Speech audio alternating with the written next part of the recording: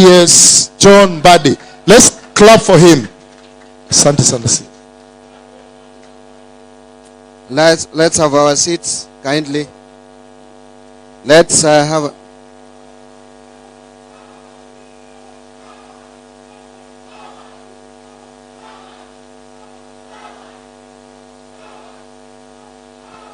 Higher. Thank you very much. Let me begin first by giving the formal address to this gathering. And I would start by recognizing the representatives from the University Students Association who have helped me in organizing this forum.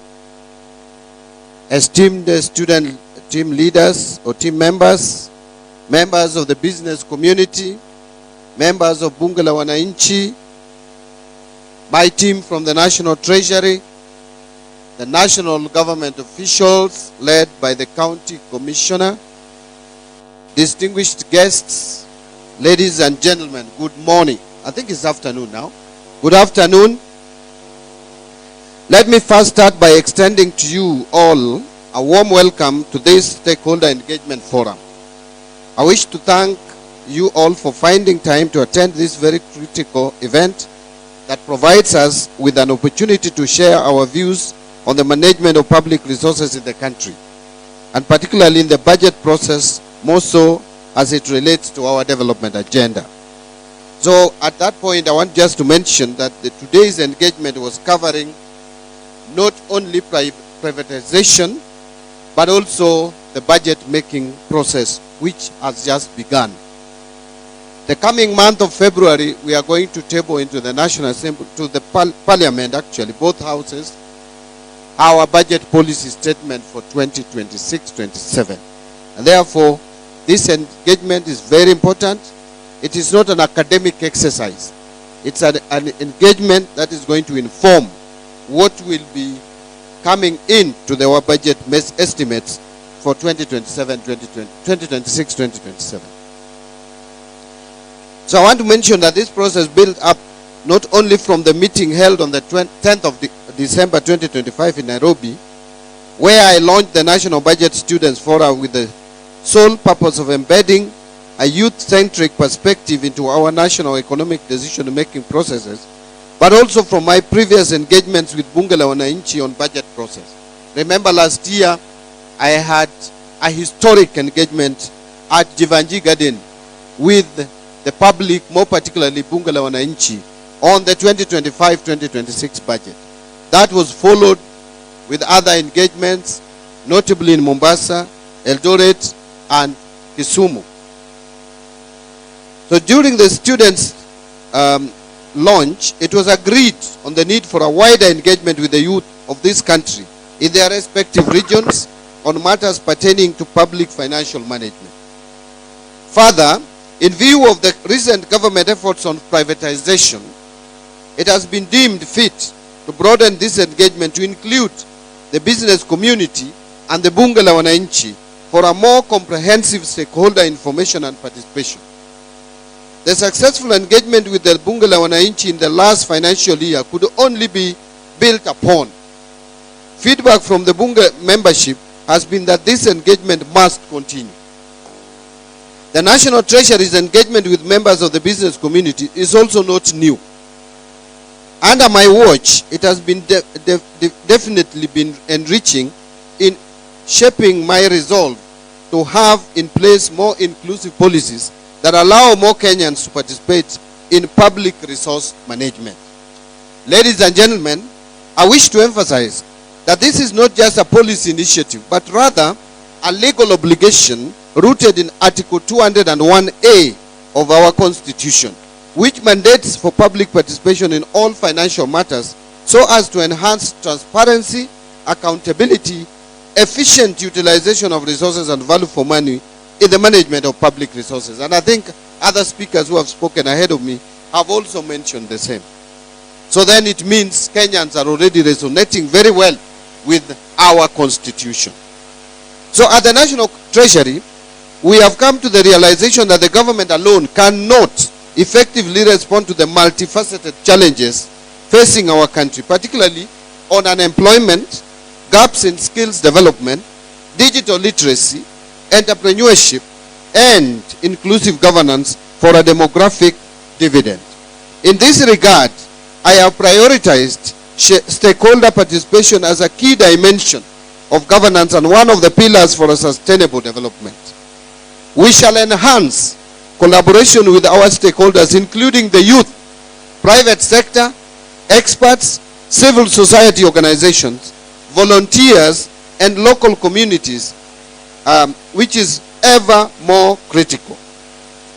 My forging partnerships and collaboration and public engagement will harness the government ideas and skills and resources of diverse stakeholders to better deliver services and policies in transformative ways and address the existing gaps in financial, human, and technical resources.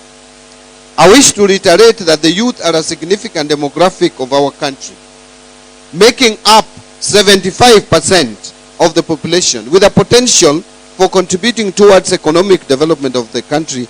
And in this regard, their voices must be central to how we plan, how we allocate resources, and how we utilize the allocated resources. This has therefore necessitated a shift in public financial management towards inclusive and participatory governance, where citizens, including our youth, actively engage and participate in policy formulation and act as co-creators of government policies and services.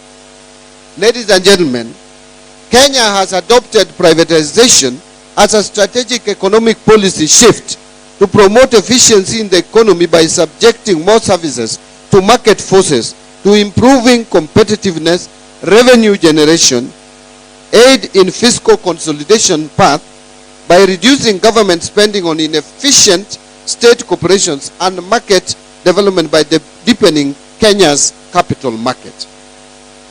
The objective of our privatization agenda is to ease the burden of governance of these institutions from the government to the private sector, who are better equipped for the market economy. The National Treasury will in this regard continue with sound macroeconomic policies to enhance resilience and create a conducive environment for the private sector, including the local business communities, to thrive. This strategic response is anchored in the bottom-up economic transformation agenda and also in the fourth medium-term plan. These frameworks prioritize sectors with high youth employment potential, such as agriculture, micro, small, and medium enterprises, housing sector, healthcare, and the digital and creative economy. These sectors are not only engines of growth, but also platforms for innovation, entrepreneurship, and job creation for the youth.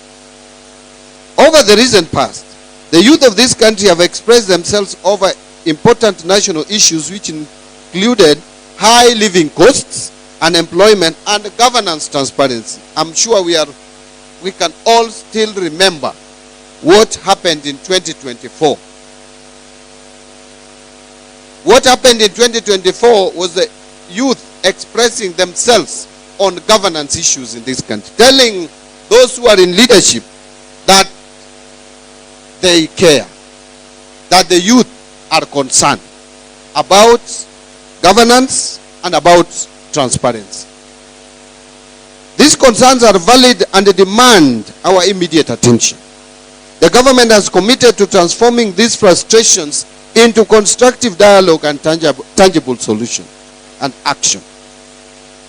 This forum therefore provides the perfect opportunity to provide our feedback on the necessary actions from the government to address these challenges.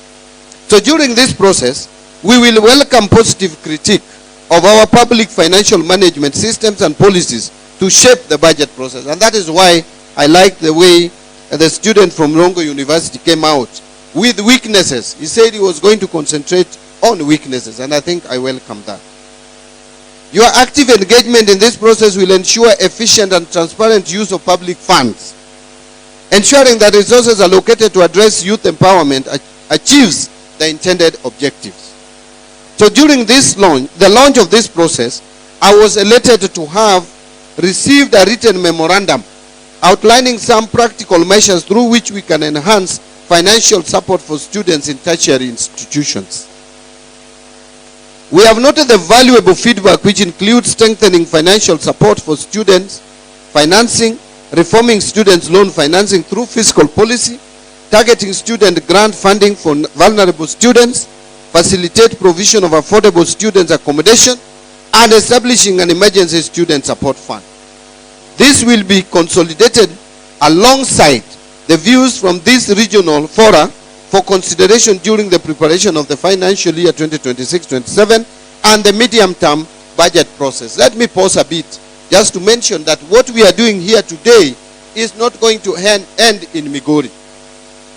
We have purposed as National Treasury under my leadership to have 7 engagements across the country on the budget of 2026-2027 and privatization as a concept. From here, tomorrow we will be in the Western